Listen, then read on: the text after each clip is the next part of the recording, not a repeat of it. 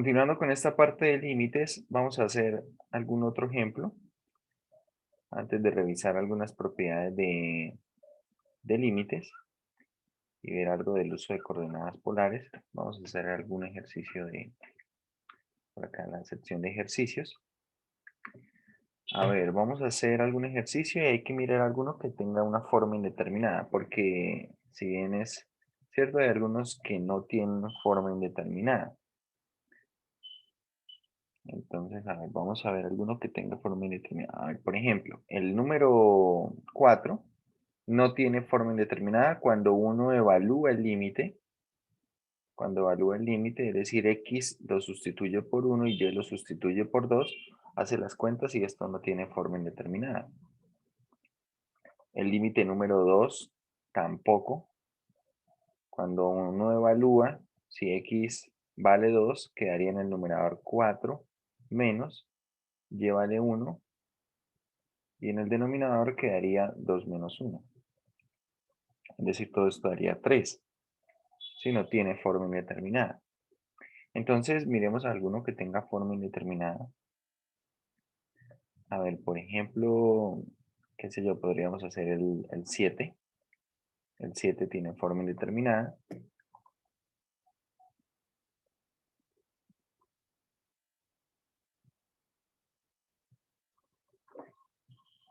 Y vamos a explorar trayectorias.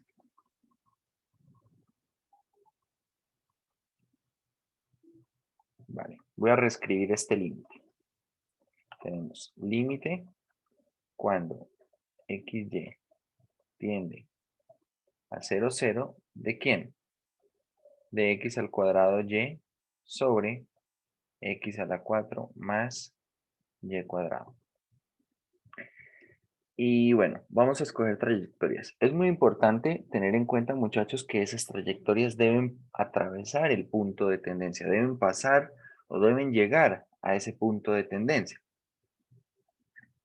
Es decir, no puedo tomar una trayectoria del estilo, qué sé yo, x más 1, ¿sí? Porque si x vale 0, y no va a tomar valor 0 en esa trayectoria. Entonces, eso es imperativo. Vamos a tomar trayectorias y voy a pensar entonces en trayectorias que atraviesen el punto del origen, el 0, 0. Por ejemplo, podría tomar una trayectoria como esta.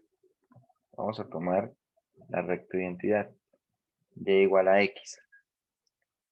Bien, si y es igual a x, nos queda el límite de la siguiente manera.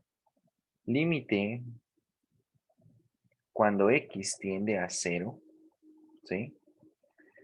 A ver, recuerdo por qué voy a escribir esto.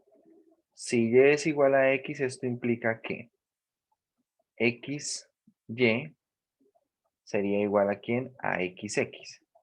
Bueno, xx. ¿Cierto? ¿Por qué? Porque y es igual a x. Y si xy va a 0, entonces xx va a 0, 0. ¿Esto qué quiere decir? Que x va a 0 y que x va a 0. O sea, es información redundante. Por lo tanto, simplemente escribo límite cuando x va a 0. Bien. ¿Y cómo queda entonces la expresión dentro del límite? La expresión dentro del límite quedará de la siguiente manera. Tenemos acá x al cuadrado, y es igual a x, queda entonces por x, y en el denominador queda x a la 4 más x al cuadrado. ¿Hacemos alguna cuenta por aquí? Bueno, tenemos límite cuando x tiende a 0, en el numerador queda x al cubo y en el denominador queda x a la 4 más x cuadrado.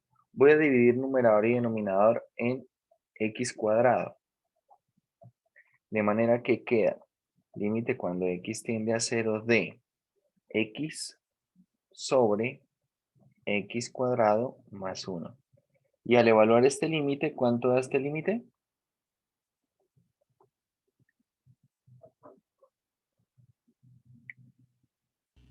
0. Correcto. Esto da 0. Bien. Ese límite dio 0. usando esa trayectoria. Vamos a usar otra trayectoria. Vale. ¿Qué otra trayectoria podríamos usar? Bueno, voy a usar ahora otra recta. Vamos a usar y igual a 2x.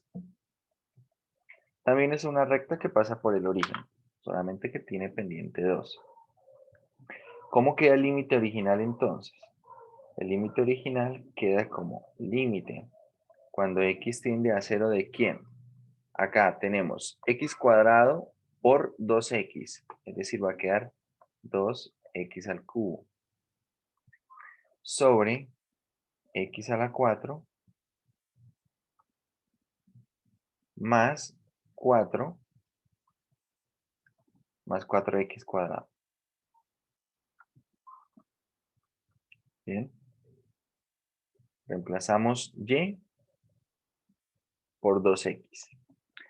Dividimos todo en 2x, tanto numerador como denominador, de manera que queda límite cuando x tiende a 0 de 2x sobre x cuadrado más 4.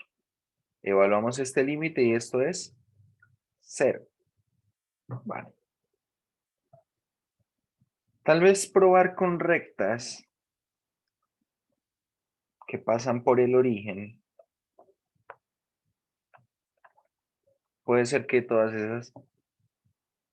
esas trayectorias den 0. Puede ser.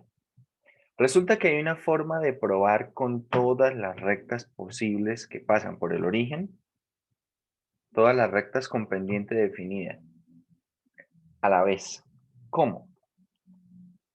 Tomando una trayectoria más general de la forma y igual a mx, donde m es una constante y es precisamente la pendiente de la recta. Entonces vamos a calcular el límite usando la trayectoria y igual a mx. Si resulta que el límite depende de m, entonces quiere decir que si yo uso una recta con cierto m, cierta pendiente, o uso otra con una pendiente diferente, entonces el límite va a dar un resultado diferente. Bien, vamos a ver si ese resultado depende de m. ¿Cómo quedaría el límite con esta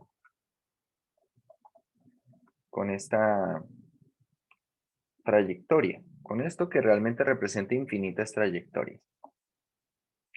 Tendríamos m x al cubo, ¿cierto? Porque el numerador es x al cuadrado por y, sobre x a la 4 más y cuadrado, es decir, m cuadrado x al cuadrado.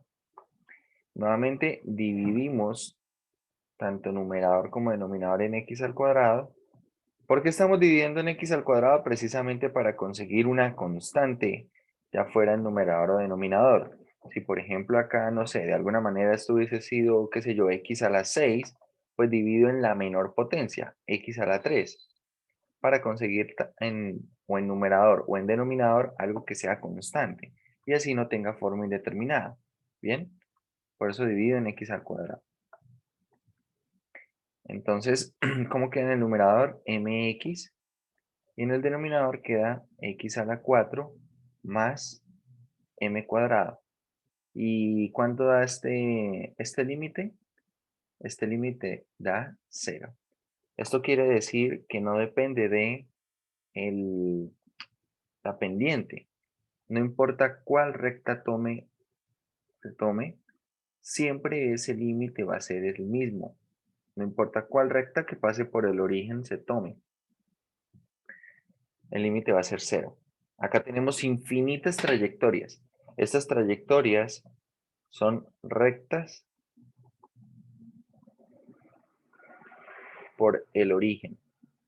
En algunos casos puede resultar más conveniente trabajar con rectas que pasan por el origen de manera general de una vez, ¿sí?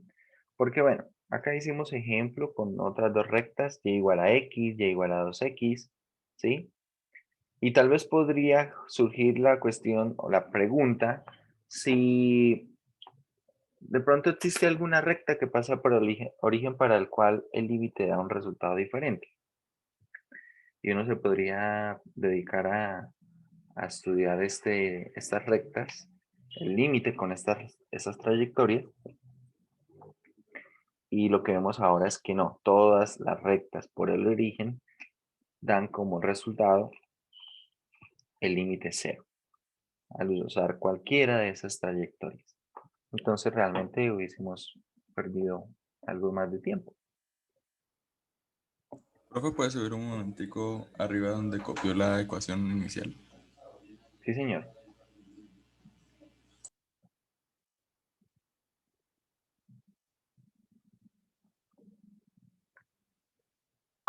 Profe, y si tomamos y igual a raíz de x, Eso. la trayectoria. Bueno, ahorita vamos a tomar trayectorias como esa. Bueno, algo que debemos mirar inicialmente es que esta función no está definida en el 0, 0, ¿no? Si x vale 0 y y vale 0, el denominador no estaría definido. Aunque en el numerador también de 0, de todas formas la imagen no está definida. Pero en todo punto diferente al 0, 0, sí está definida la imagen. Y de hecho, esta función es continua para todo punto diferente de, ya vamos a ver, pero de hecho es continua para todo punto diferente del origen. Recordemos que algo que nos interesa, bueno, no es tanto la continuidad, pero nos interesa ver el dominio. Recordar que las trayectorias deben tomar elementos del dominio. Y en este caso, cualquier trayectoria definida sobre el plano que llegue al 0, 0 es una trayectoria que me sirve, porque el único problema para estar definida esta función es en el 0, 0 y es precisamente el valor de tendencia. Y no hay problema con eso, ¿no? Porque la trayectoria se va a ir acercando al punto, pero si es necesario no lo va a tomar. Profe, una pregunta, o Sí, sea, señor.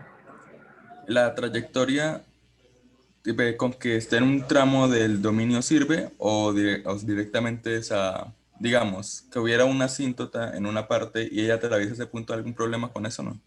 Sí, sí hay problema, porque como les digo, cuando voy a través de la trayectoria, lo que necesito es ir tomando puntos del dominio. Y si hay algunos puntos a lo largo de la trayectoria que no estén en el dominio, entonces ahí hay problemas con esa trayectoria, ¿sí?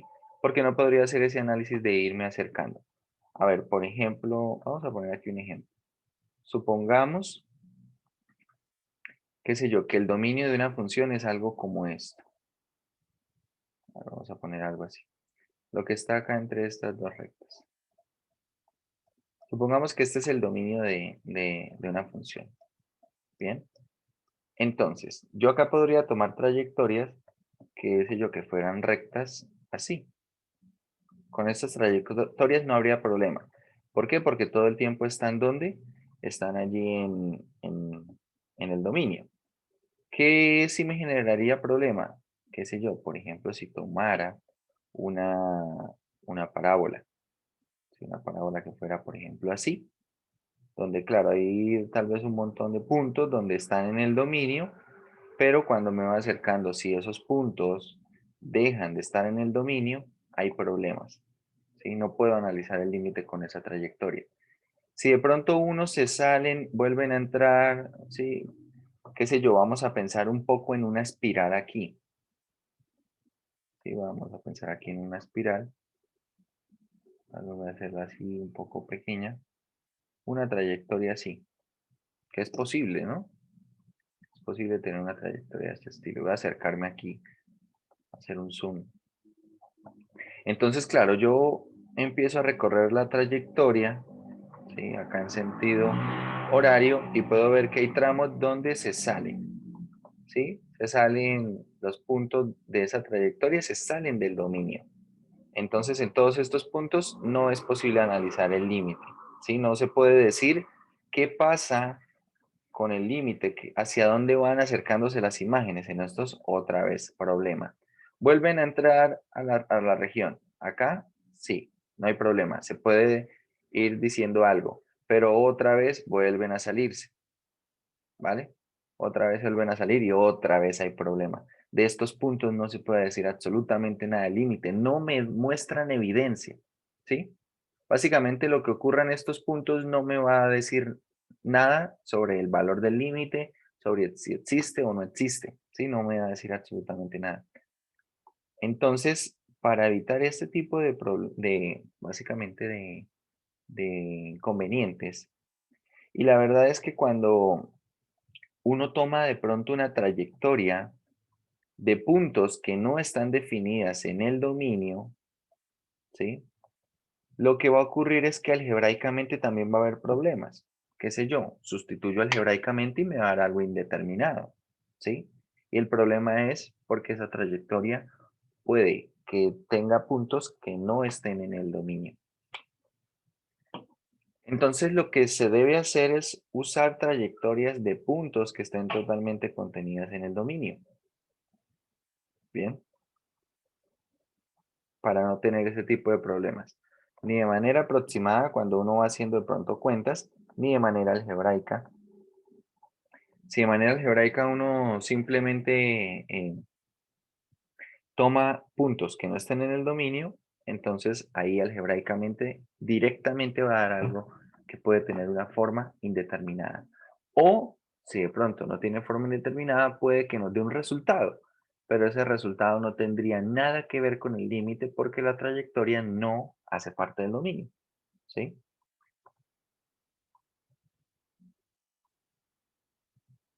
Bueno, pensemos entonces en otras trayectorias. Vamos a pensar aquí, antes de seguir la sugerencia del compañero, de tomar algo como raíz de x, vamos a tomar para hacer el estudio aquí de varias trayectorias, vamos a tomar una trayectoria que será todas todas las parábolas que tienen vértice en el origen y básicamente este m lo que va a hacer es que va a regular o va a modificar el ancho de la parábola, ¿sí? Lo que hace este m es que hace que la parábola sea más ancha o sea más angosta, pero el vértice sigue estando en el origen. De hecho, pueden ver aquí, si x vale 0, esto hace que y sea 0 también, ¿no? Entonces es una familia es una familia de trayectorias. En este caso tenemos parábolas con vértice en 0, 0. Y ojo que digo que tiene vértice en 0, 0 y no que pasa por 0, 0. ¿Por qué? Porque es posible que uno construya, así como puede construir una parábola que tiene un vértice acá, estas no son las únicas que pasan por acá, ¿cierto? Puede ser que yo tenga una parábola que haga algo de este estilo, pase por el 0, 0 y sea así, ¿sí? Y esas no se escriben de la forma mx al cuadrado. Entonces, esta es la familia de parábolas con vértice en el 0, 0, en el origen. No es la familia de todas las parábolas que pasan por el 0, 0, porque hay muchas más. ¿Sí? Hay muchas más que van a pasar allí por el 0, 0 y bueno, eso es un poco más difícil de bueno, puede ser un poco más difícil de modelar, ¿no? Pero bueno, vamos a verla así. Parábolas con vértice en el 0, 0. Bien, ¿cómo quedan entonces, cómo queda el límite? Vamos a ver. Límite cuando x tiende a 0, d. Tenemos aquí, bueno, recordar el numerador es x al cuadrado por y.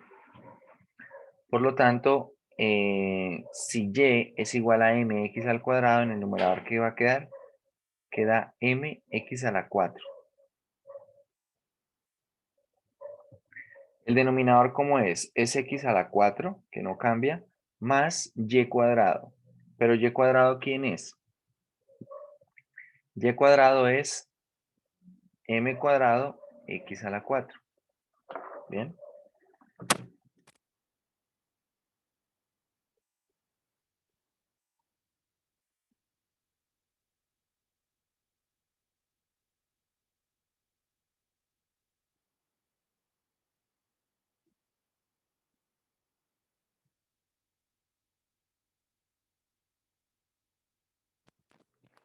Bueno, ¿y cuánto queda aquí? ¿Qué queda aquí? podemos ver que puedo dividir todo en m a la 4, perdón, en x a la 4. Sería el límite cuando x tiende a 0 de quién. Dividiendo en x a la 4 queda m sobre 1 más m cuadrado. Resulta que esta cantidad es constante dentro de este límite, porque el límite varía en términos de x. Es decir, todo este límite da m sobre 1 más m cuadrado. ¿Qué quiere decir? Que este límite depende de m, ¿vale? Este límite acá depende de m. De esta manera podemos ver que si, por ejemplo, si m vale 1, es decir, estamos trabajando con la trayectoria y igual a x al cuadrado. Entonces, el valor del límite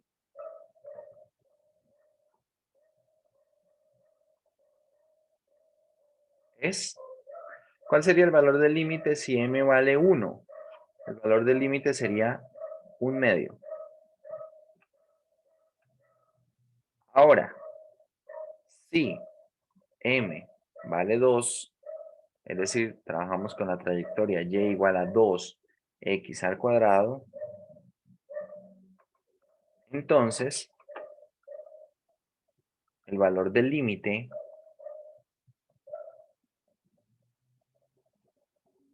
¿cuánto es el valor del límite? Tendríamos 2/5. Y podemos ver que son dos valores diferentes.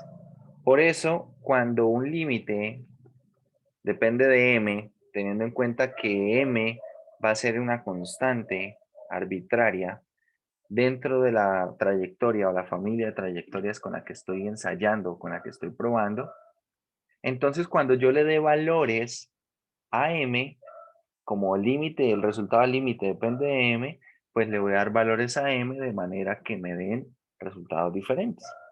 ¿Sí? Y esto muestra que el límite entonces no existe. Esto muestra que el límite no existe. Porque usando dos trayectorias, ¿cuáles son las que estamos usando como evidencia?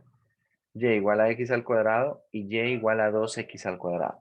Usando esas dos trayectorias como evidencia, se logra mostrar que da dos valores diferentes para el límite. Conclusión, límite cuando x, y tiende a 0, 0 de x cuadrado y sobre x a la 4 más y cuadrado es igual a ¿qué? Nada. ¿Qué podemos decir de este límite? Que no existe. Bien, ese límite de allí no existe.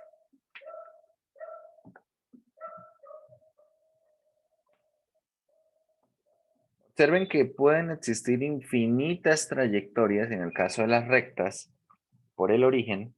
Podemos tener infinitas trayectorias y todas esas trayectorias puede que nos dé un límite, nos dé un valor para el límite. Y sin embargo,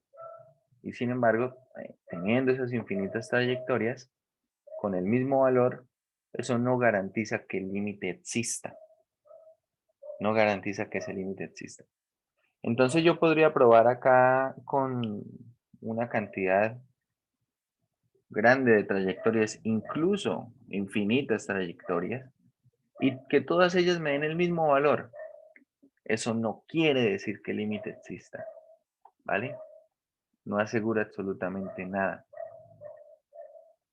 La única forma sería ver que existe otra trayectoria donde el valor del límite es diferente para mostrar que no existe. De hecho, mostrar que el límite existe es un problema difícil. Acá en el curso de cálculo 3, un límite que pueda tener una forma indeterminada, en general, es difícil mostrar que existe. Es mucho más fácil mostrar que no existe. Y eso que hay que buscar unas trayectorias que deban ser más o menos adecuadas. Pero incluso así es más fácil mostrar que no existe a mostrar que sí existe. Ya vamos a ver más o menos un poco por qué. Bueno, acá ya encontramos unas trayectorias donde hace que el valor del límite sea diferente, no es necesario buscar más. Tal vez no son las únicas trayectorias, tal vez se pueden analizar otras trayectorias en las cuales el límite da diferente, pero bueno, con esto sería suficiente. Vamos a ver otro ejemplo. No sé si tengan alguna pregunta.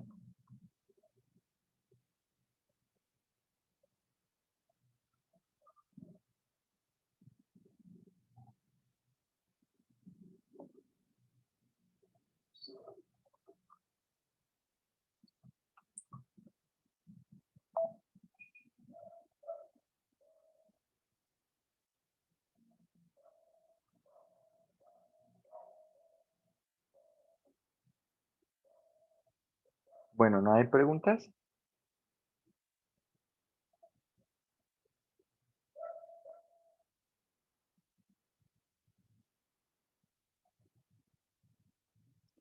Bueno, vamos a ver entonces.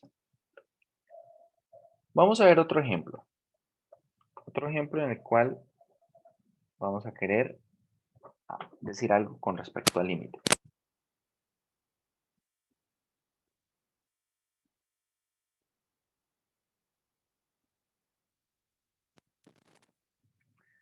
Vamos a ver otro por aquí.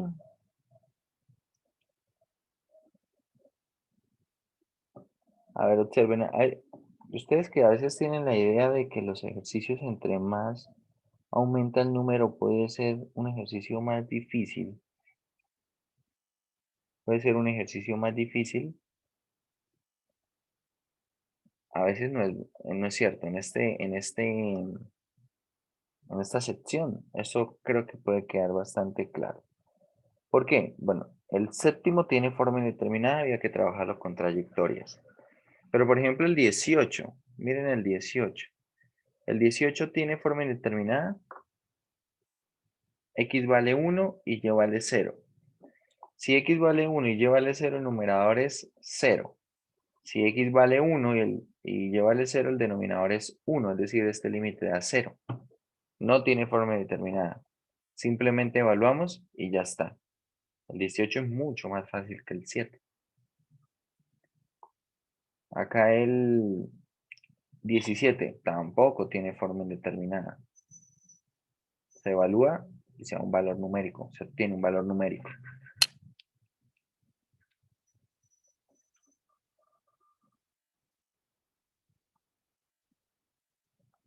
Vamos a mirar de la siguiente página.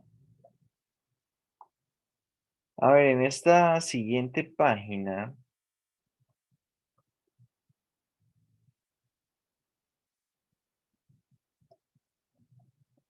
quiero que miremos el problema 22. Ah, no, mentira, el 22 no tiene forma indeterminada. Bueno, ahí El está. 26, profe. A ver, el 26. Bueno, el 26 realmente va con una identidad para usar una que, o sea, básicamente vamos a hacer primero lo que viene siendo una especie de sustitución, ¿vale? Y luego con eso se puede trabajar. O bueno, se usa básicamente lo que sería una trayectoria y luego se utiliza una sustitución. Pero bueno, podemos trabajar el 26. El 26 sí tiene forma indeterminada.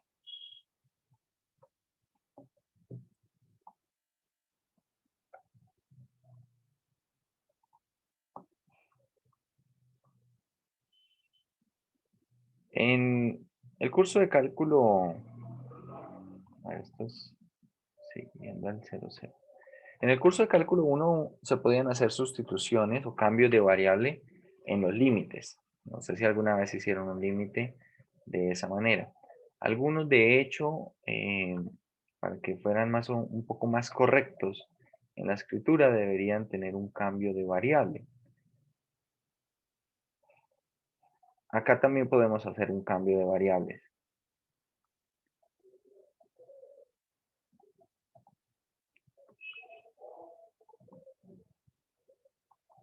Vale, tenemos acá x² más y².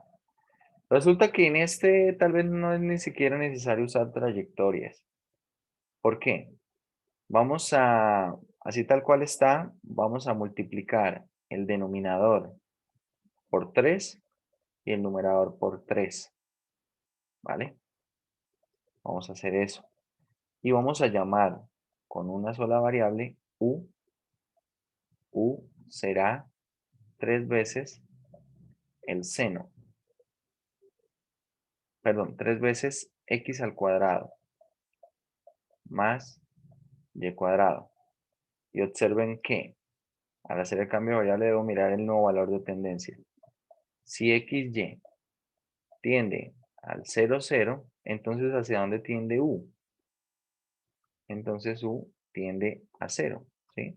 Si x y y se hacen 0, o muy cercanos a 0, entonces puedo ver que el valor de u también va a ser muy cercano a 0. De esta manera, este límite, ¿cómo queda? Va a quedar límite cuando u tiende a 0 de 3 veces el seno de u sobre u, ¿cierto? En el numerador tengo el seno de 3 veces x cuadrado más y cuadrado, y en el denominador tengo exactamente eso mismo, ¿no? 3 veces x cuadrado más y cuadrado. Es decir, esto es 3 veces el límite cuando u tiende a 0 del seno de u sobre u. ¿Y cuánto da ese límite?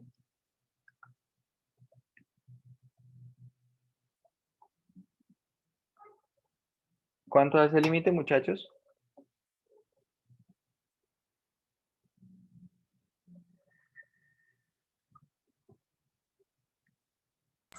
Eso es indeterminado, ¿no? El límite cuando u tiende a 0 de seno de u sobre u. Sí, porque sería 0/0. Evaluándolo tiene forma indeterminada, sí. A 1. Ese es un límite trigonométrico de los que se estudian en cálculo 1. Precisamente en cálculo 1 se estudió este límite y se concluye que este límite es 1. Por lo tanto, todo esto va a dar 3. No sé si lo recuerdan, pero este límite da 1. Es como el límite, este otro límite también es un límite básico trigonométrico. Límite cuando x tiende a 0 de coseno de x menos 1 sobre x. O también se puede ver en la presentación 1 menos coseno de x sobre x, cualquiera de los dos. ¿Cuánto es este límite?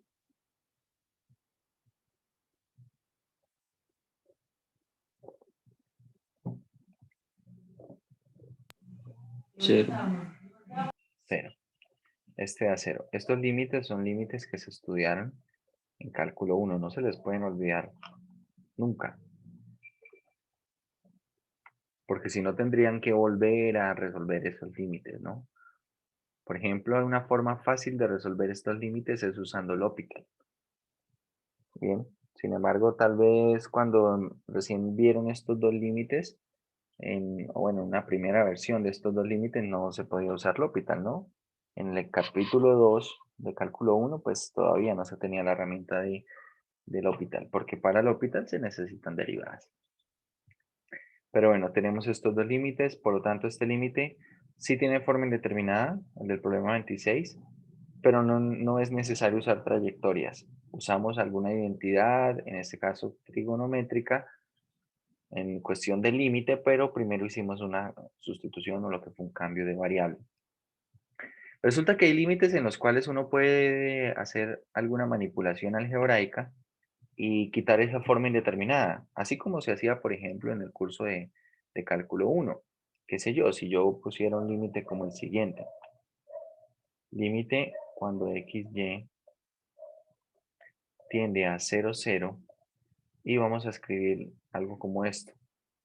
X al cubo menos y al cubo, y acá vamos a poner, básicamente vamos a poner x más y. Si yo evalúo esto, si evalúo esto, da 0 sobre 0, ¿no? Numerador da 0 y denominador también. Pero resulta que lo que viene siendo esa diferencia de cubos se puede factorizar. ¿Cómo se factoriza una diferencia de cubos, muchachos? ¿Recuerdan cómo factorizar una diferencia de cubos?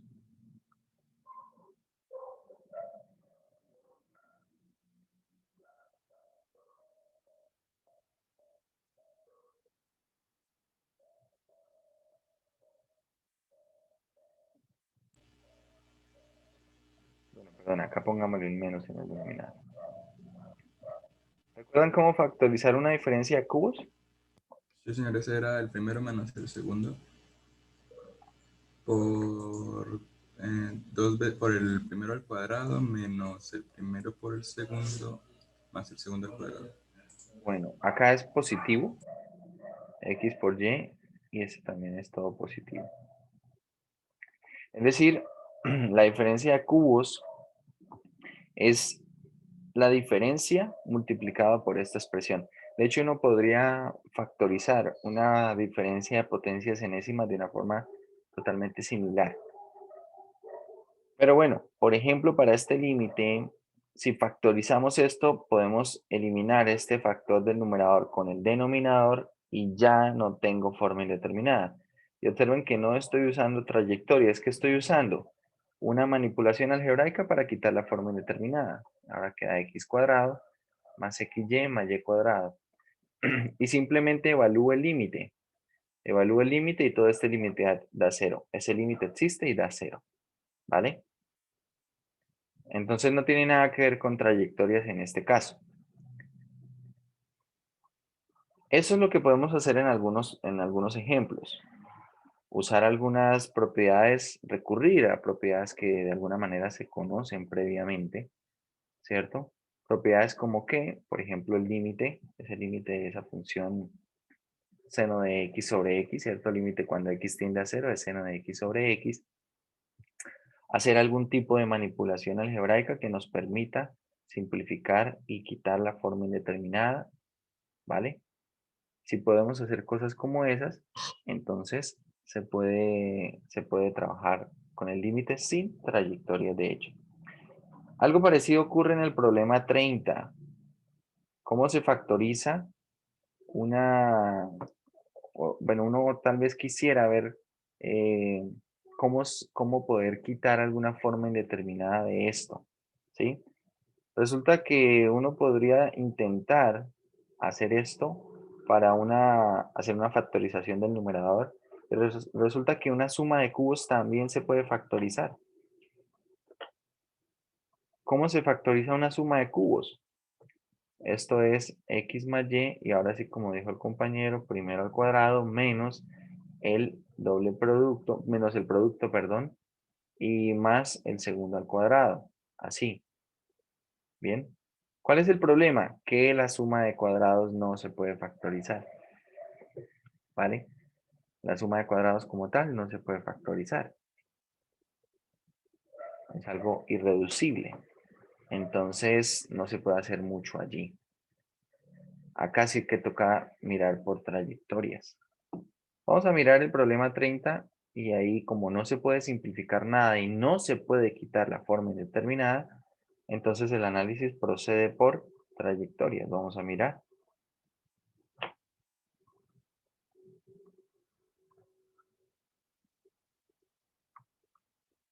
Vale. Quiero que alguna persona o algunas personas trabajen con las trayectorias de las rectas que pasan por el origen. En concreto el límite cuando xy tiende a 0, 0 de x al cubo más y al cubo sobre x al cuadrado más y cuadrado.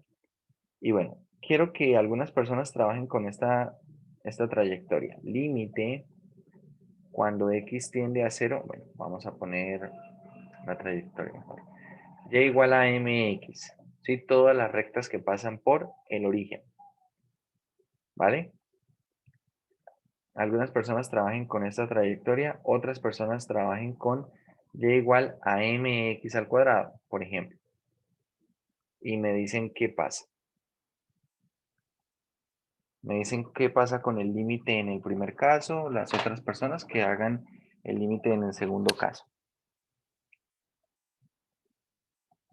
A ver, para separarlo de una forma que pueda ser más o menos imparcial, personas nacidas entre enero y junio que trabajen con el primer problema. Y personas nacidas de julio a diciembre que trabajen con el segundo problema, es decir, con la segunda familia de trayectorias.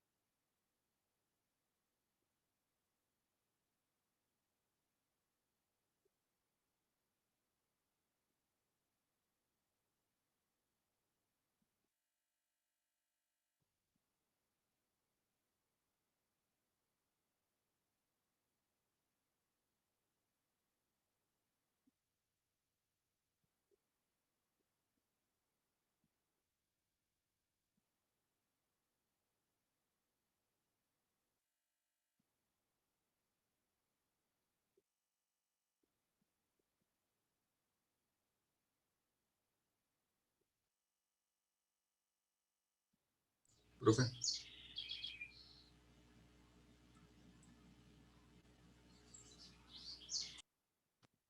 ¿Listo? ¿Qué obtuvieron?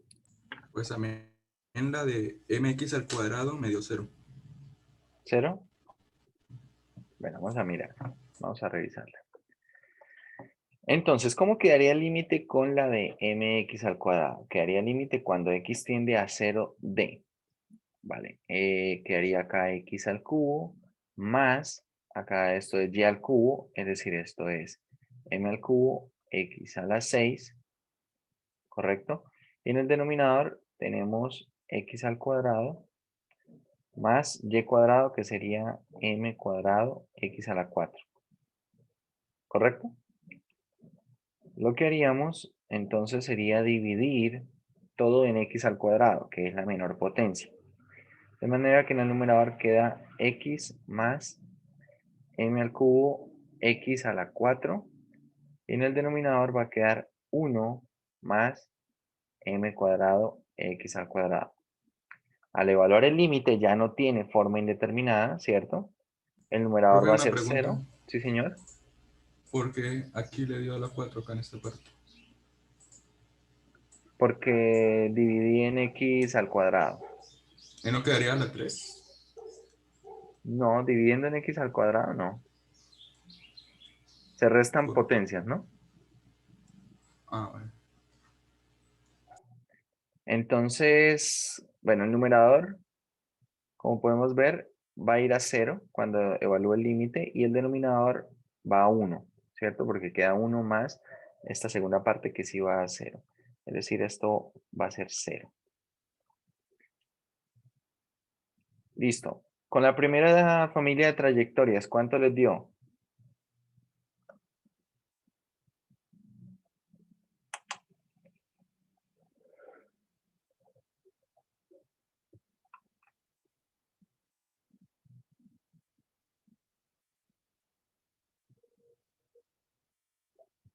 ¿Cuánto les dio con la primera familia de trayectorias?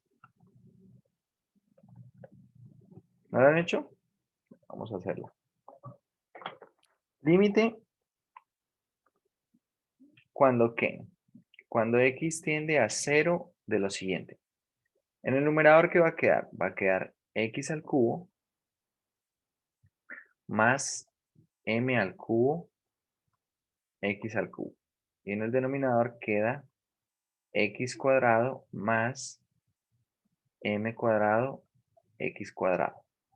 ¿Correcto? Vamos a acá dividir todo en x cuadrado de manera que ¿cómo queda? ¿Cómo queda el numerador? El numerador quedará, dividiendo en x cuadrado, queda x más m al cubo x. Y el denominador queda 1 más m cuadrado. Cuando evaluamos el límite, el numerador va para 0 y el denominador es 1 sobre m cuadrado. Pero todo esto será 0. Es decir, probando con la familia de trayectorias de rectas que pasan por el origen, ese resultado es 0. Probando con la familia de trayectorias de parábolas con vértice en el origen, ese límite da 0. Resulta que aún no se puede concluir que el límite es 0. ¿Tenemos infinitas trayectorias? Sí, pero eso no quiere decir que el límite sea 0. ¿Qué se puede hacer si uno trabaja, por ejemplo, con potencias, ahora funciones de grado 3, de grado 4, etcétera? Vamos a seguir con lo mismo. Si trabajamos con otro tipo de trayectorias, del estilo, por ejemplo, raíz de x, que raíz de x básicamente es análogo a trabajar con y igual a x al cuadrado, ¿cierto? Si despejáramos de aquí, perdón, x igual a y cuadrado. Si despejáramos de aquí y, nos daría raíz de x, ¿sí? Más o menos raíz de x. Entonces vamos a trabajar, por ejemplo, con una familia de trayectorias de este estilo, así. Ahora x igual a m y cuadrado. Vale, trabajen con estas trayectorias y me dicen cuánto les da el límite.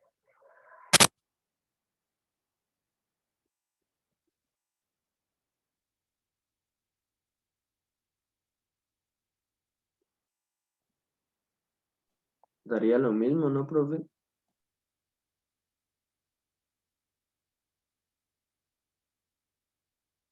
¿También daría 0? Pues sí, ¿no? Porque como la X y la Y están elevados en ambos casos al mismo exponente. Exactamente. El caso va a ser totalmente análogo al anterior, ¿verdad?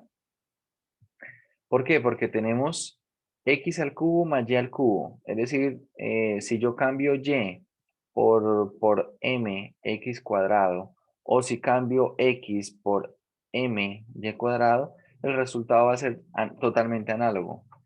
Totalmente análogo porque además en el denominador también tenemos las mismas potencias. Entonces va a ocurrir eso. El límite, solamente que acá el límite quedaría límite cuando y tiende a 0, ¿de quién?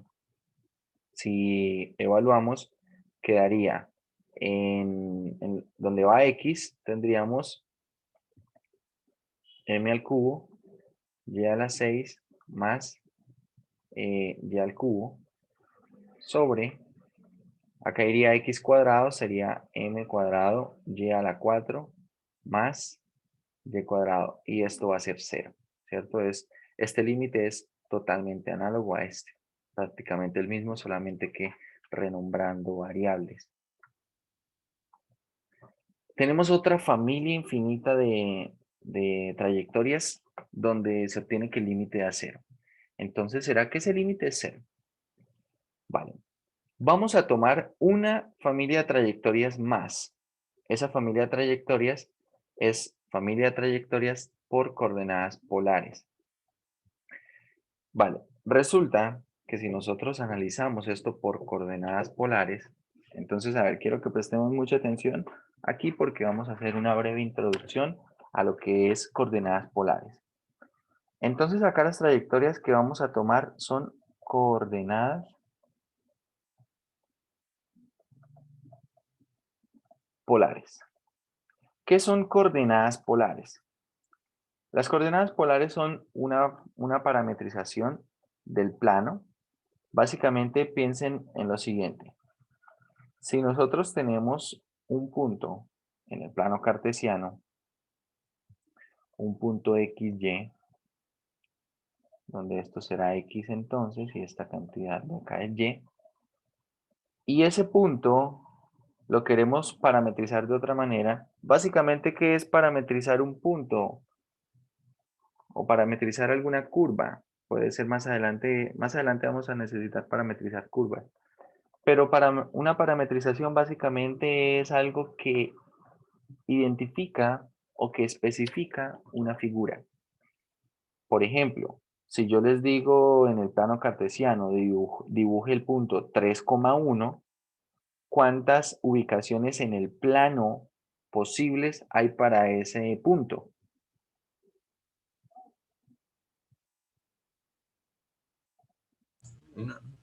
Una, ¿cierto? Básicamente, cuando yo les digo ubique el punto 3,1, ¿qué significa? Que me voy a mover esta cantidad de unidades en el eje X, ¿cierto? A partir del origen, me voy a mover 3 y luego a partir de esa posición final, me voy a mover una cantidad de unidades como indica la segunda componente en el eje Y, ¿sí? Paralelo al eje Y. Y ahí estaría ese punto, 3,1. Entonces, la forma de representar este punto de manera cartesiana nos da una única ubicación en el plano cartesiano. Por eso esa representación es útil, pero resulta que no es la única. No es la única forma de representar a un punto en el plano cartesiano. ¿De qué otra forma se puede hacer? Resulta que esto puede ser que ya lo hayan utilizado en física. Cuando uno tiene un punto de esta forma, puede construir un vector y este vector lo puede descomponer, ¿cierto? En componentes que se llaman componentes trigonométricas. ¿Cómo? Resulta que cuando yo tengo un punto, el punto XY, este punto define un vector al unir el origen con ese punto. Y este vector describe un ángulo con respecto al semieje positivo de X. Entonces, la pregunta acá es cómo reparametrizar esto o verlo ya no en términos de los movimientos de X y lo que viene siendo X y lo que viene siendo Y, sino en términos de otra cosa. Si uno simplemente analiza esto como un triángulo rectángulo, puede encontrar lo siguiente. Al mirar este triángulo rectángulo de acá, puede encontrar que el seno de teta será igual a ¿qué? Al opuesto, vamos a llamar a la hipotenusa R. Va a ser igual al opuesto. ¿El opuesto quién es? Y.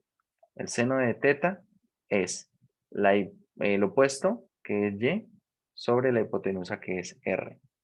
Bien. De modo que Y será igual a ¿qué? Y es igual a R seno de teta. Por otro lado, tenemos que el coseno de teta es igual a ¿qué? Al adyacente, que es X, sobre la hipotenusa, que es R. Es decir, que X, voy a escribirlo aquí, es quien es R coseno de teta. Donde R, ¿qué viene siendo? R es la distancia de el punto al origen, ¿sí? Lo que viene siendo la hipotenusa acá en ese triángulo rectángulo. Entonces, R es la distancia del punto al origen. De esta manera, si yo, por ejemplo, les digo, bueno, quiero un punto que esté a distancia 2 del origen, ¿vale? Voy a tomar acá el origen. Voy a tomar por aquí una distancia, no sé, voy a medir aquí con esta escala 1, 2. Y les digo, quiero que el punto esté a distancia 2, R va a valer 2. Y que el ángulo θ comprendido sea, qué sé yo, de pi cuartos. Entonces por acá tendremos pi medios, por acá tendremos pi cuartos. Y lo que voy a hacer es que voy a tomar sobre esta línea punteada que representa pi cuartos, voy a tomar un punto que esté a distancia 2, allí el origen, ¿vale? Que esté a distancia 2 del origen. Es decir, me voy a mover aquí de manera más o menos radial. Si la forma de moverse es así. Entonces yo este punto lo puedo ver acá mismo en el plano cartesiano, ¿no? Lo puedo ver aquí en el plano cartesiano y entonces este punto ya no estoy diciendo muévase tantas unidades en horizontal y luego muévase tantas en vertical. No, lo estoy diciendo ubíqueme un punto a distancia 2 del origen, pero que describa un ángulo de pi cuartos con el eje X. ¿Cuántos puntos existen que hagan eso? Solamente un punto. Bien, si yo digo ubíqueme puntos que estén a distancia 2, eso va a generar una circunferencia. Pero de esa circunferencia, ¿cuántos de los puntos sobre la circunferencia forman un ángulo de pi cuartos o están en un ángulo de pi cuartos con respecto al semieje positivo X? Solamente uno. Esto nos muestra otra forma de describir puntos en el plano cartesiano. Ya no tenemos solamente coordenadas rectangulares, que sería movernos en horizontal y luego en vertical, sino tenemos también otra forma. ¿A partir de qué? De la distancia y del ángulo. Esto es lo que se conoce como coordenadas polares. Una parametrización de puntos dado lo que viene siendo la distancia y el ángulo descrito. Y la parametrización por coordenadas polares básicamente lo que hace es que un punto XY, acá coordenadas cartesianas, vamos a estas coordenadas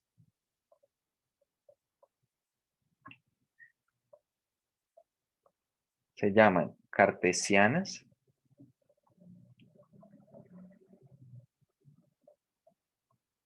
o rectangulares.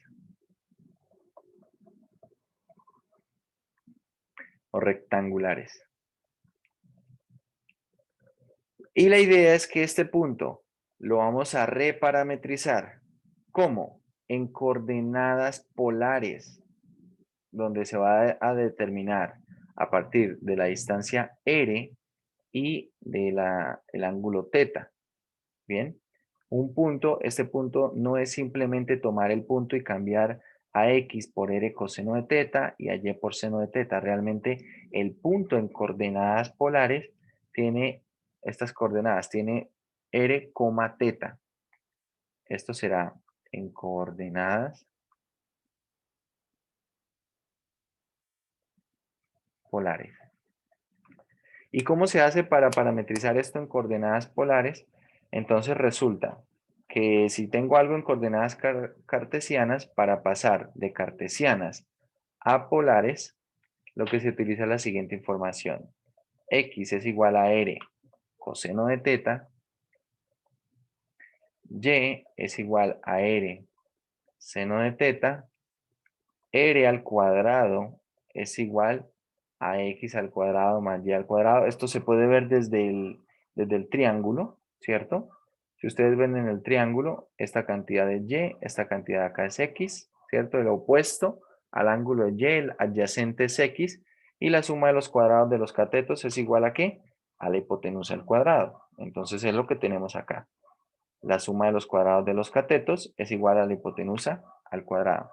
Con esta información se obtiene una parametrización por coordenadas polares. Bien, pero tener en cuenta que cuando se hace parametrización por polares, uno no escribe el punto en términos de, cuando lo tiene en términos de x, y, no lo va a escribir de esta manera simplemente. A ver si me explico. A veces se suele cometer el error de decir que un punto XY parametrizado por polares sería simplemente R coseno de teta, coma, R seno de teta, es decir, reemplazando X y Y. Esto no es el punto en polares, no es el punto en polares. ¿Qué sería el punto en polares? Sería simplemente R teta, ¿vale? Esto sí sería el punto en polares. Entonces vamos a ver un ejemplo de cómo parametrizar un punto o cómo verlo en coordenadas polares. Entonces, a ver, vamos a hacer dos ejemplos de esto.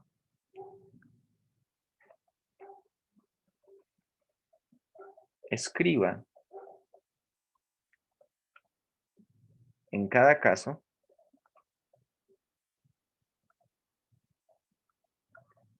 el punto dado en coordenadas polares. Escriba en cada caso el punto dado en coordenadas polares. Entonces, el punto dado va a ser, bueno, vamos a poner XY, va a ser el punto 3,1. Segundo caso, vamos a tomar XY y vamos a decir que este es el punto menos 1,2. Y bueno, vamos a ver. El punto 3,1, ¿cómo se puede escribir en polares? Entonces, 3,1 si lo vemos nosotros en el plano cartesiano, es un punto que está por aquí, ¿no? Bueno, voy a cambiar un poco la escala para que quede un poco más grande esta gráfica. ¿Qué debo identificar? Debo identificar la distancia de este punto al origen. Esta cantidad R. Debo identificar esa cantidad R. Entonces, bueno, esa cantidad R, ¿quién es? R será igual a la raíz cuadrada de las componentes, ¿cierto? Del punto en coordenadas cartesianas. Es decir, será igual a la raíz cuadrada de 3 al cuadrado más 1 al cuadrado. Por lo tanto, R es raíz de 10. R es raíz de 10. ¿Y quién es teta? Entonces, ¿cómo se puede hallar el ángulo ahí, muchachos? Bueno, resulta que la tangente de teta, ¿qué es? Es opuesto. El opuesto sería esta altura, y esta altura, ¿cuánto es? 1. Entonces, tangente de teta sería opuesto, que es 1, sobre adyacente, que es 3. Y por lo tanto, teta es igual ¿a quién? A la tangente inversa de 1/3. ¿Cuánto es tangente inversa de 1/3? Miremos ahí en la calculadora. 18,43. Calculadora en radianes, ¿no?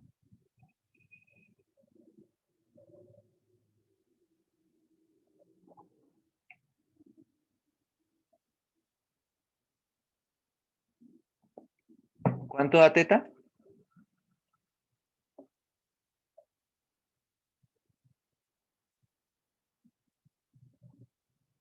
Pues en radianes me da 0,32. Eso. Siempre que trabajen con funciones trigonométricas, háganlo en radianes. ¿Vale? A no ser que el problema indique que trabaje con grados hexagesimales. ¿Por qué? Porque si usted, por ejemplo, trabaja en grados hexagesimales, a ver, vamos a poner esto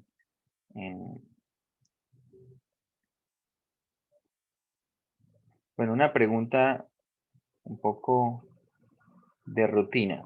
Si quiero cambiar la calculadora a radianes a grados hexagesimales, ¿qué debo hacer? Bueno,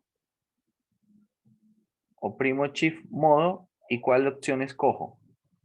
¿La 3 o la 5? ¿La que dice DEG o la que dice GRA? La 3, ¿no? De, La que dice DEC. Sí, señor. La que dice DEC. Esto sería, si trabajo en grados, sería 18.434 grados. ¿Vale? Grados. Sería 18, bueno, creo que esto va aquí. 18.34 grados. Y en esta parte sería esto en radianes, ¿no? Esto es cantidad de radianes. Si uno no trabaja con este tipo de unidades, por ejemplo, simplemente pone el resultado como 18.434 y lo pone en grados y obtiene esto y luego lo pone en radianes y obtiene esto, dice uno, pero ¿cómo así? No debería dar una única respuesta, porque son dos cosas diferentes, porque uno está en unas unidades y el otro está en otras unidades. Para que sea mucho más fácil de trabajar siempre que lo hagan con funciones trigonométricas, lo que yo les sugiero es que lo hagan siempre con radianes, ¿vale? Porque con los radianes no van a tener problemas de pronto de tener luego que hacer alguna conversión. Estos grados tendrán luego que hacer algún tipo de conversión para poder trabajar en algunos sistemas de unidades. Entonces es un poco más general en ingeniería y más fácil de trabajar cuando se hacen radianes. Les aconsejo eso. Siempre que trabajen con funciones trigonométricas, siempre háganlo en radianes, a no ser que el ejercicio diga otra cosa, ¿no? A no ser que el ejercicio diga, bueno, tal ángulo en grados hexagesimales es. Bueno, en ese caso, pues habrá que dar la respuesta en grados hexagesimales. Si no, pues se da la respuesta en radianes. Listo, tenemos aquí este ángulo. Bueno, vamos a escribir ahora esto. Tenemos ya el ángulo teta, tenemos ya la distancia r. Por lo tanto, el punto parametrizado en coordenadas polares, que es de la forma r teta, sería ¿quién? Sería raíz de 10.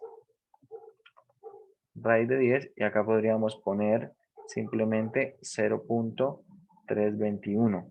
O podríamos poner raíz de 10, coma, tangente inversa de 1/3, ¿no? Acá dejarlo expresado directamente así. Pero este es el punto en coordenadas polares, ¿vale? Punto con coordenadas o componentes r teta. Bien, el uso de coordenadas polares resulta de mucha utilidad para algunos problemas, porque hay algunos problemas que se pueden plantear en coordenadas trigonométricas o en en coordenadas rectangulares o cartesianas, y resultan ser problemas extremadamente complicados, muy, muy complicados. Pero cuando se hace una parametrización por coordenadas polares, se va a simplificar mucho. De eso ya se van a dar cuenta en este mismo curso. Quiero mostrarles acá en GeoGebra que uno también puede graficar en coordenadas polares. ¿Cómo? Básicamente, a ver, donde dice vista algebraica, le doy aquí clic derecho y a la parte final dice vista algebraica. Vamos a esperar aquí que cargue. Donde dice cuadrícula, bueno, en la parte de arriba en el menú dice básico, eje X, eje Y. Yo aquí puedo cambiar algunas cosas. Por ejemplo, si quiero encuadrar esto en una cantidad fija, entonces puedo hacerlo. Acá podemos ver en pantalla que empieza como en menos 6 punto algo. Ahí dice menos 6.76. Bueno, aquí puedo editar esto. Puedo, qué sé yo, que la relación del eje X al eje Y sea, no sé, de 1 a 5 o algo así cambiando la escala. Que, por ejemplo, estos ejes se vean en negrilla. Bueno, aquí puedo cambiar varias cosas. Los estilos de la etiqueta, acá puedo poner que sean un poco más angostos, que sea en negrilla la etiqueta. Bueno, ahí no sé si se alcanza a ver la diferencia. Que sea itálica. Bueno, acá pueden cacharrar un poco esto. Para el eje X podemos poner una distancia, qué sé yo, si la quiero cambiar a pi, en términos de pi, acá podemos ver la escala en el eje X, ¿sí? Acá en términos a una escala de pi medios, de 1. Si yo no quiero esto y quiero, qué sé yo, escala de a 0.3. ¿Por qué? porque así me gusta escala de 0.3 o la necesito así y ya está, la puedo poner así. Bien, todo esto lo puedo editar yo aquí. Bueno, etiquetas, las unidades, acá podría agregar unidades, bueno, un montón de cosas. Lo mismo para el eje Y y ahora aquí cuadrícula. Cuando estamos en cuadrícula, entonces acá podemos ver que si oprimo, doy clic acá donde dice cuadrícula mayor y menor, tenemos isométrico, polar y lo que es estas cuadrículas. Lo que viene siendo esta cuadrícula mayor y menor. Con respecto a estas cuadrículas mayor y menor, lo único que hace, si miran ustedes en pantalla, es que una cuadrícula de tipo cartesiana muestra solamente dónde están las unidades o muestra unos recuadros un poco más pequeños, que es cuando le doy en mayor y menor. Pero cuando le doy en polar, aparece esto. Es una cuadrícula en coordenadas polares. Y quiero que miren, bueno, voy a volver a mayor y menor. Acá me dice distancia y acá puedo escoger la distancia para X y puedo escoger la distancia para Y, ¿vale? Pero si le doy a polar, me aparece una vez R teta y me dice, bueno, R de a cuánto lo quiere, de cuántas unidades, vamos a decirle que a 0,5, ¿vale? Acá pueden ver que se hizo más fina la parte radial, ¿cierto? Las circunferencias ahora hay muchas más. Y cuando le dé en esta parte donde dice pi sextos, le va a cambiar por pi doceavos. Básicamente lo que va a hacer es que van a aparecer por aquí más rayos o más líneas de este estilo. Bien.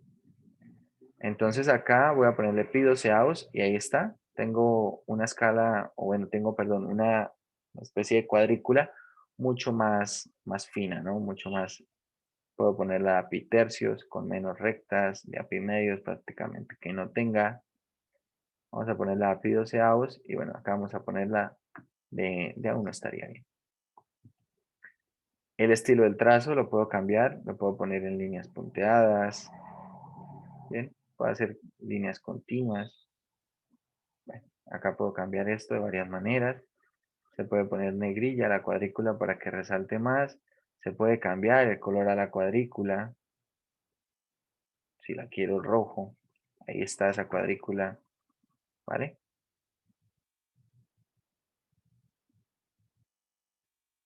Vamos a ponerla en color. Ahí está.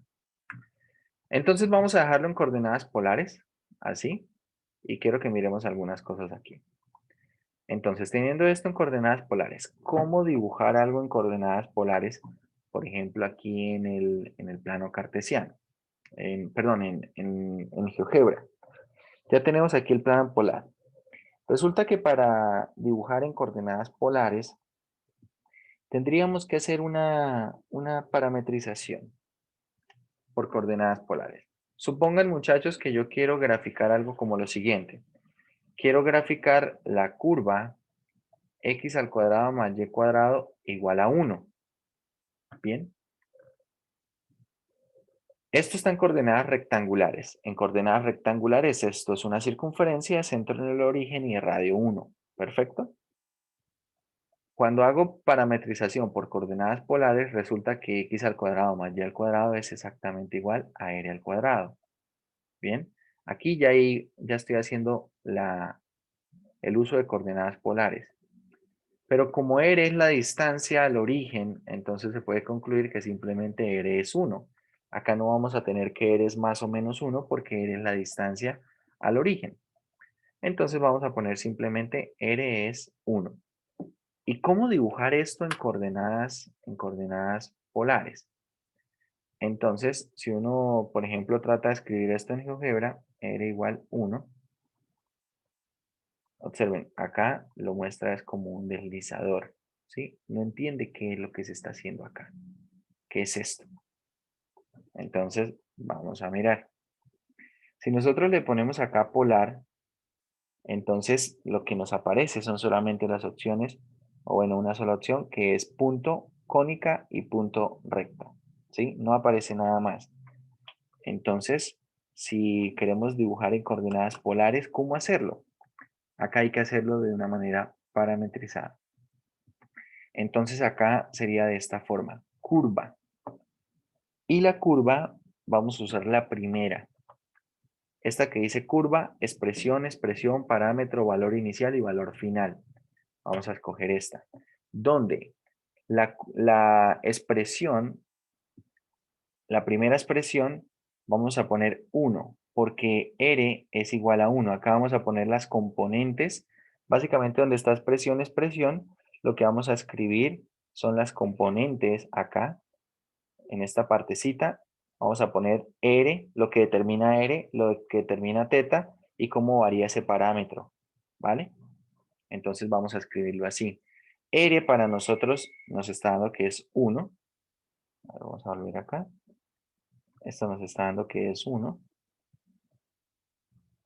Teta es libre, ¿cierto? La ecuación no depende de teta, entonces vamos a poner donde está teta, vamos a poner t, o bueno, vamos a buscar acá directamente teta si queremos poner el valor de teta.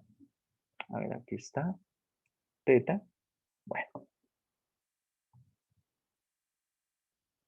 ahora sí cambio esto porque no sé qué le di.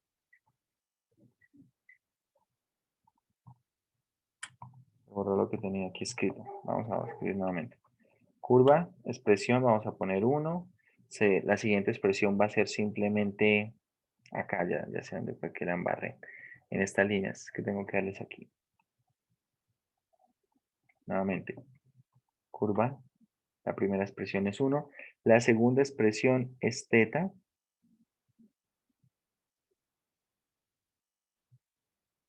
La segunda expresión es teta. Ahí está. El parámetro va a ser teta. A ver, acá a veces el parámetro no lo toma bien. Bueno, no sé qué pasa acá cuando le doy ahí clic. Parece que se ve seleccionar a todo.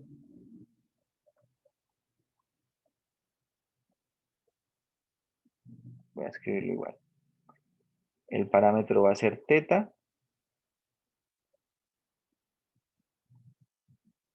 Y acá, bueno, básicamente me pide valor inicial del parámetro, le voy a dar 0. Y valor final del parámetro le voy a dar pi. Vamos a ver si lo dibuja. Bueno, no lo está dibujando. No sé, es que por eso no quería poner teta. Porque se pone un poco raro acá cuando ponemos estos símbolos. Hace cosas bien extrañas. Entonces vamos a poner simplemente acá la curva. Vamos a ponerle 1. Vamos a poner que el parámetro se llama t. Acá el parámetro también t. Valor inicial 0. Valor final vamos a ponerle, qué sé yo, 2. Y aquí podemos ver que lo que nos está interpretando esto, ¿qué es? Lo que nos está interpretando aquí, básicamente, es como una recta. Lo está tomando de manera como, lo está tomando de manera cartesiana. Entonces, claro, acá esto no me está graficando, esto es lo que quería ver, no me está graficando como tal la parte polar. ¿Cómo hacer para que me grafique la parte polar? Acá es donde vamos a necesitar entonces la parametrización. Entonces, recordar, X es ¿quién? R coseno de teta, pero R vale 1, es decir, X va a ser coseno de teta. Y va a ser igual a R seno de teta, es decir, si R vale 1 será simplemente seno de teta. Y ahora sí, si escribo de esta manera la parametrización, como podemos ver, así como lo está tomando GeoGebra, el primer parámetro es X, o la primera expresión es X, la segunda expresión es Y, entonces voy a cambiar esto. De modo que la primera expresión la voy a llamar simplemente coseno de t, ¿cierto? Lo que vendría siendo x, coseno de t. La segunda expresión va a ser seno de t. Y ahora sí vamos a poner esto, qué sé yo, de 0 a pi. Vamos a aplicar y podemos ver, bueno, acá nos está dando esta circunferencia, ¿sí? Media circunferencia. ¿Por qué? Porque le di 0 a pi. Entonces vamos a darle de 0 a 2pi. Y ahí tengo ahora sí toda la circunferencia centrada en el origen y de radio 1, pero vista como coordenadas polares. ¿Sí? Lo estoy parametrizando acá con coordenadas polares. Algo que quiero que observen es, voy a poner aquí un deslizador, vamos a poner aquí B, vamos a crear un deslizador donde este deslizador vaya desde 0 hasta 2pi. Y vale, que el incremento sea de a 0,1, de a 0,1. Y ahí estamos. Entonces, observen, a medida que yo voy aumentando el deslizador, miren cómo se empieza a dibujar esto. No sé si se alcanza a ver, vamos a aumentar el grosor de esto, cambiamos color. Creo que ahora sí se va a ver.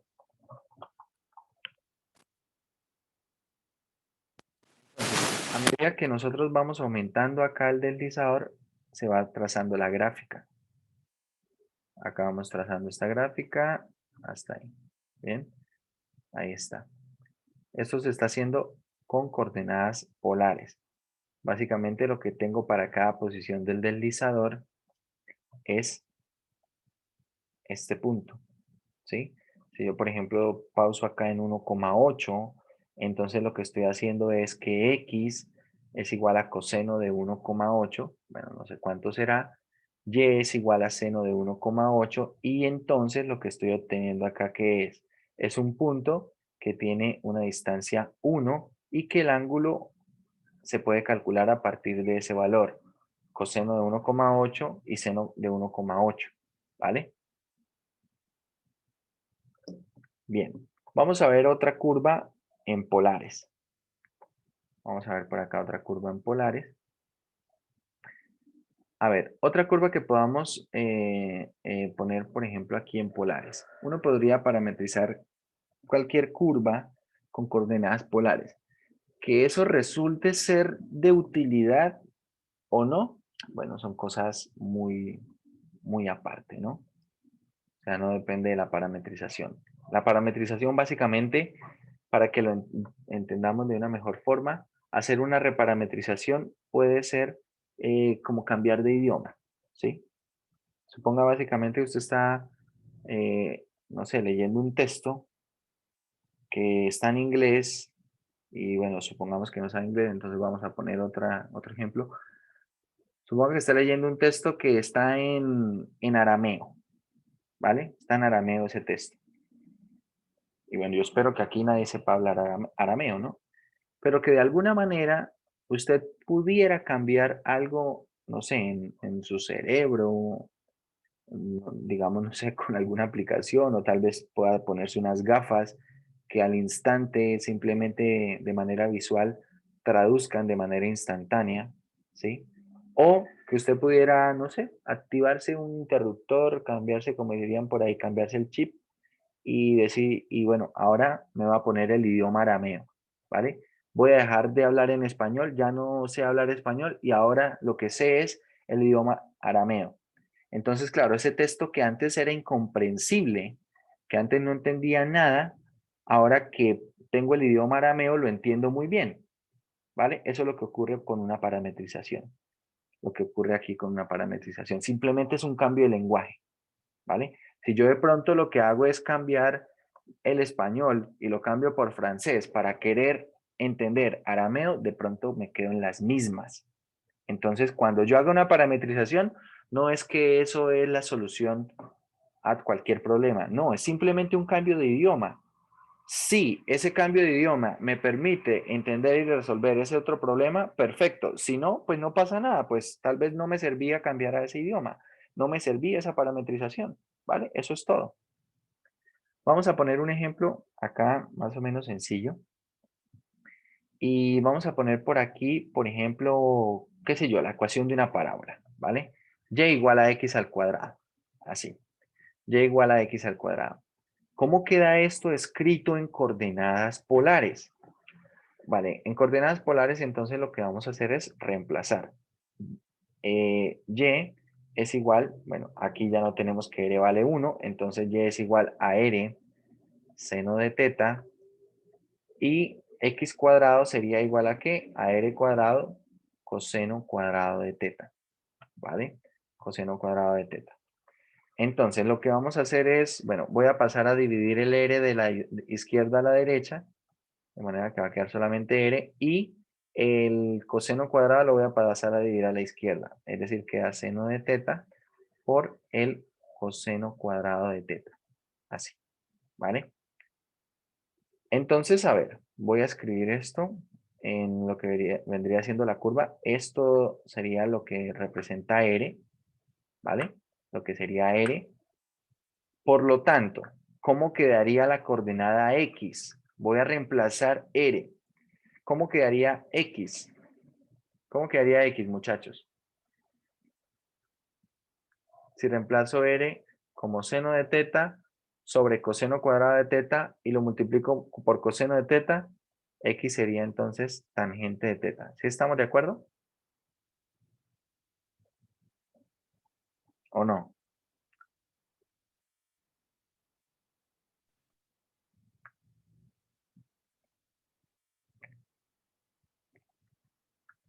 Bueno, espero que sí estemos de acuerdo.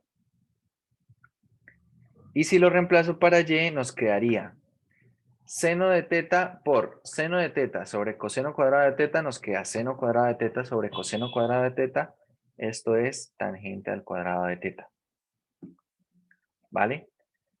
Dicho esto, entonces, bueno, voy a editar aquí esta parte y la primera expresión la voy a escribir como tangente de t. La segunda entonces será tangente de t elevado al cuadrado y esto vamos a ponerlo a variar teta entre 0, entre 0 y pi, ¿vale? Entre 0 y pi. Le vamos a dar a aplicar y ahí está esa gráfica. Es una parábola, como pueden ver es una parábola, la parábola que conocemos, pero mírenla cómo está graficada. Está graficada en términos de ¿quién? En términos de coordenadas polares. Está ahí en el plano polar. Miren cómo está la parametrización. X es tangente de teta, Y es tangente cuadrado de teta, y t varía, bueno, teta varía entre 0 y pi. Bien. Y así tenemos esa parametrización. Y tenemos esa gráfica, pero ahora en coordenadas polares. Que si de pronto en algún momento me va a servir escribir esa parábola en términos de coordenadas polares, bueno, qué sé yo. Eso va a depender del problema que estemos trabajando, ¿no? Como les digo, esto básicamente es un cambio de idioma, porque si ustedes ven el significado es el mismo. Yo quería graficar una parábola o lo que es cartesianamente una parábola. Acá está cartesianamente, esto es una parábola y lo cambié a coordenadas polares que básicamente nos dieron estos valores para X y Y, ¿sí? Básicamente lo que tengo es que R es igual a esto, R es igual a esta cantidad y teta varía entre 0 y pi. La verdad es esta pareja lo que estoy graficando, teta varía entre 0 y pi. Esto es lo que estoy graficando, ¿sí? R tomando esta distancia y teta tomando esta variación de ángulo. Pero claro, acá en GeoGebra me pide como primera entrada lo que viene siendo X, como segunda entrada lo que viene siendo Y, por eso entonces lo escribimos así, ¿sí? Pero lo que viene siendo la parametrización en polares es esto que está acá, ¿vale? Bien, estamos mirando acá un poco de cómo parametrizar una curva en coordenadas polares, cómo se grafica en coordenadas polares. ¿Esto para qué? Para ver un tipo diferente de trayectorias. Esas trayectorias van a ser por coordenadas polares. Todo esto para ver ejemplos como el que estábamos trabajando. El estudio de coordenadas polares aún no termina. Tenemos que estudiar algunas cosas más, pero por ahora es suficiente con lo que estamos viendo. Resulta que cuando uno trabaja con coordenadas polares, en algunos casos puede ser que uno pruebe con varias y varias trayectorias en coordenadas cartesianas y que todas esas trayectorias den lo mismo. Y en algunos casos, cuando se trabaja con coordenadas polares, pues se encuentra algo diferente. Entonces acá vamos a usar como trayectoria coordenadas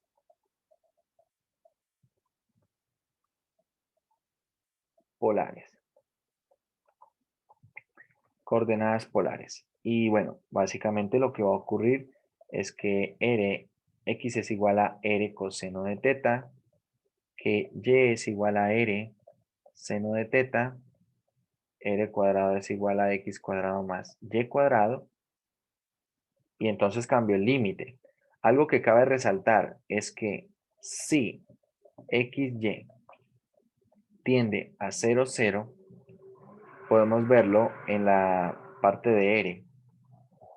Si xy tiende a 0, 0, entonces r ¿a dónde tiende? Entonces r tiende a 0.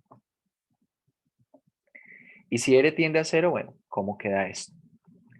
Nos queda el límite cuando r tiende a 0, ¿vale?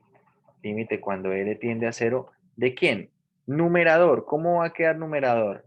Queda r al cubo por el seno al cubo de teta, perdón, coseno al cubo de teta, primero coseno al cubo de teta, más r al cubo seno al cubo de teta sobre, vamos a tener acá, x cuadrado más y cuadrado es igual a ¿qué? A r cuadrado, ¿vale? Entonces dividimos esto en r cuadrado, lo que es el numerador, nos queda límite cuando r tiende a 0, límite cuando r tiende a 0, ¿de quién? Nos queda acá r factor común del coseno al cubo de teta más el seno al cubo de teta. ¿Bien? Más este seno al cubo de teta. Y resulta que este límite da 0. Es decir, cuando analizamos con coordenadas polares, ese límite también da 0. Pero, aún así, no se puede concluir que el límite exista a partir de esto. Resulta que, por ejemplo, en el texto, cuando uno estudia este capítulo de límites, acá cuando se utilizan coordenadas polares,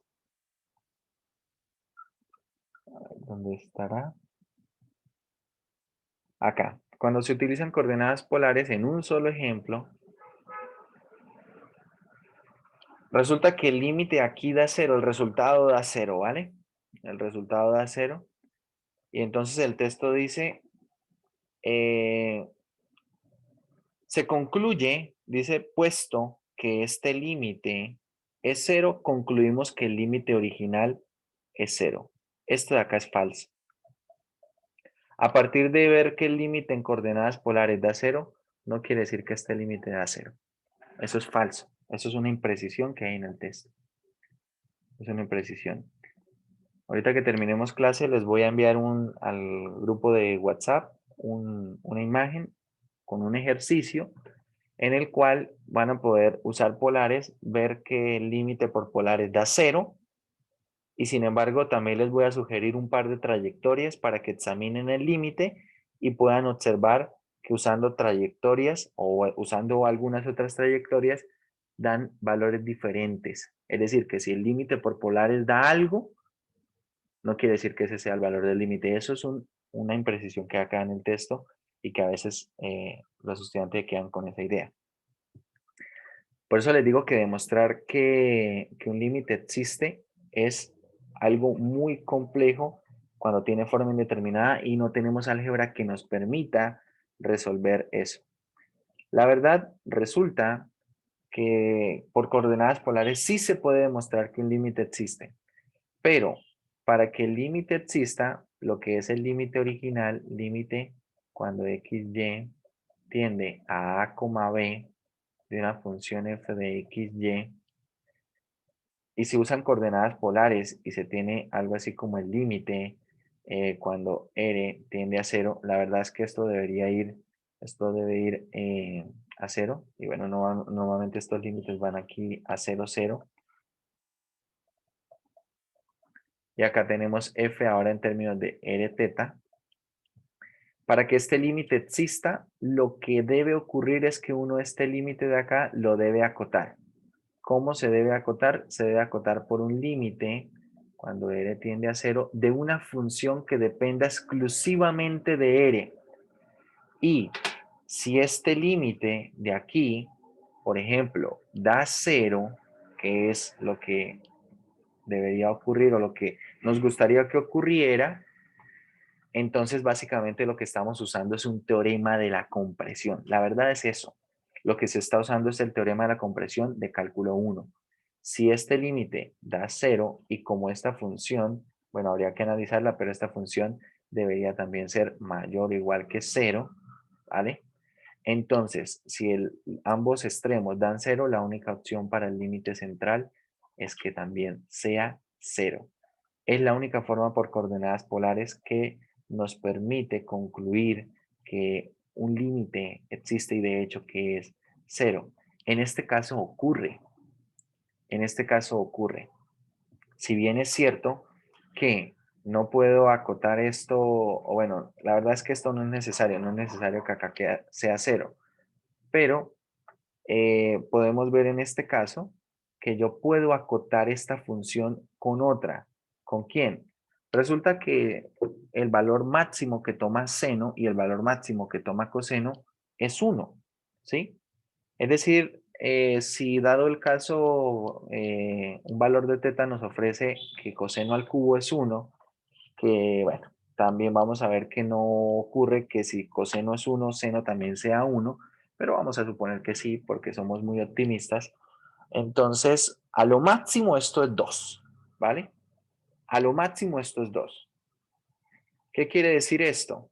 Que lo que sí puedo concluir a partir de esto es que el límite cuando r tiende a 0 de r coseno al cubo de teta más seno al cubo de teta, esto es menor o igual que el límite cuando r tiende a 0 de 2r. ¿Por qué? ¿Por qué? Porque todo lo que está acá como máximo daría 2, ¿sí?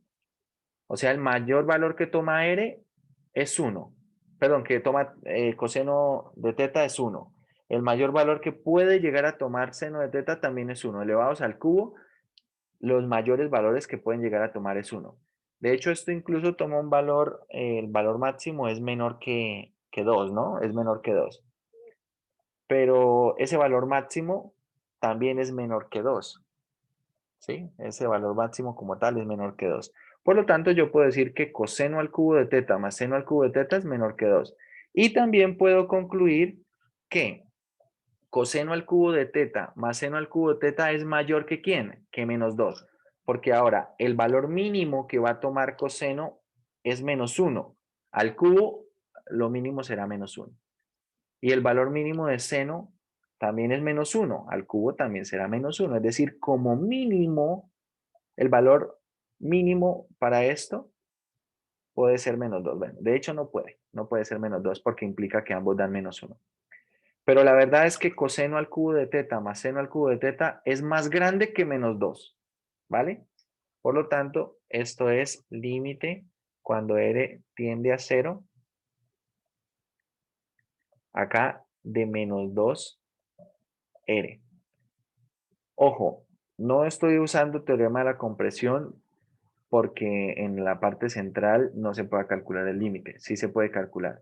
Pero lo que quiero mostrarles, muchachos, es que, bueno, de hecho hay un teorema, tal vez lo voy a buscar y se los envío también, en el cual se establece que si yo puedo acotar esta función en términos de f de r teta, la puedo acotar en términos de r y esa cantidad existe, entonces el límite en ese caso sí existe, el límite original existe. Podemos ver que el límite de la izquierda va para 0, este límite de la derecha también va para 0. Por lo tanto, el límite central va para 0, pero no va para 0 porque lo esté evaluando, va para 0 por compresión, ¿vale? Vamos a poner aquí por compresión. Y como va para 0 por compresión, entonces este límite es 0 y como este límite que está acá es igual al límite original, ¿cierto? Es equivalente, lo que les digo. Cuando yo tomo este límite en coordenadas rectangulares y lo cambio a coordenadas polares, lo único que hice fue cambiar de lenguaje, pero en esencia es lo mismo, ¿sí? Son lo mismo. Por lo tanto, la existencia de este límite implica la existencia del otro, porque es exactamente lo mismo, solamente que lo estoy leyendo en otro lenguaje. Entonces, ese límite lo estamos diciendo que da cero usando coordenadas polares, pero usando el teorema de la compresión, no evaluándolo. Bien, les voy a mostrar un ejemplo para que lo resuelvan, en el cual si ustedes lo hacen por coordenadas polares, lo evalúan, da cero, pero si lo hacen por otras trayectorias, es diferente de cero el resultado de esos límites. Por lo tanto, en ese caso, el límite no existe. La verdad es que este problema no es un problema sencillo. Trabajar límites en cálculo 1 de alguna manera es fácil porque tienen una forma sencilla, más o menos en varios casos, de poder decidir si el límite existe o no. Aquí puede ser sencillo ver que el límite no existe usando trayectorias. Si el límite tiene forma indeterminada, pues habrá que mirar por trayectorias. Y por trayectorias puede ser que encontremos trayectorias en las cuales el límite de un valor y por otra trayectoria de otro valor, allí puedo concluir entonces que el límite no existe. Pero si yo encuentro varias trayectorias, como vimos en este ejemplo, rectas por el origen, parábolas por el origen, podría probar con cúbicas que pasan por el origen. Y seguimos ahí con ese tipo de funciones y todas dan exactamente el mismo valor del límite. Voy a coordenadas polares y me da lo mismo. Puedo tener infinitas trayectorias. Nada de eso me asegura que el límite es ese. La única forma en este caso es, bueno, no la única forma, pero una de las formas usando coordenadas polares es usando teorema de la compresión. Otra forma sería usar la definición formal para demostrar que existe. De hecho, es lo que hacen en el ejemplo que usaron coordenadas polares, que dijeron que daba 0. Acá está en el ejemplo 8. De hecho, se llama repaso del ejemplo 5, porque en el ejemplo 5 por coordenadas polares dijeron da 0 y por lo tanto existe. Y es 0. Pero acá demuestran que efectivamente este límite da 0 con la definición formal, es decir, en la versión epsilon delta. Esto sí es una demostración de que ese límite da 0, pero no porque diera 0 por coordenadas polares. Eso realmente es una imprecisión. Hay que tener mucho cuidado con límites, no hay que trabajarlos a la ligera, ¿vale? No hay que trabajarlos a la ligera. Lo que yo les recomiendo, cuando encuentren un límite para resolver, primero, miren si tiene forma indeterminada, porque a veces tal vez se ponen a hacer un montón de cuentas y tal vez simplemente lo que había que hacer era evaluar, ¿no? Evaluar y daba el resultado y ya está. ¿Sí? Y tal vez ustedes por allá haciendo un montón de cuentas, trayectorias y qué sé yo. Entonces, primero mirar si tiene forma indeterminada. Si la tiene, entonces ahora lo que procede sería mirar si algebraicamente se puede quitar esa forma indeterminada. Qué sé yo, haciendo alguna factorización, ¿cierto? Usando tal vez alguna identidad, tal vez, no sé, usando algún conjugado, algo que pueda algebraicamente quitar la forma indeterminada. Si no es posible hacer eso, entonces, ¿qué procede? Entonces ahí sí procede usar trayectorias. Y usar trayectorias buscando que ese límite no exista. Bien, si resulta que ese límite existe, ahí es donde el problema se complica.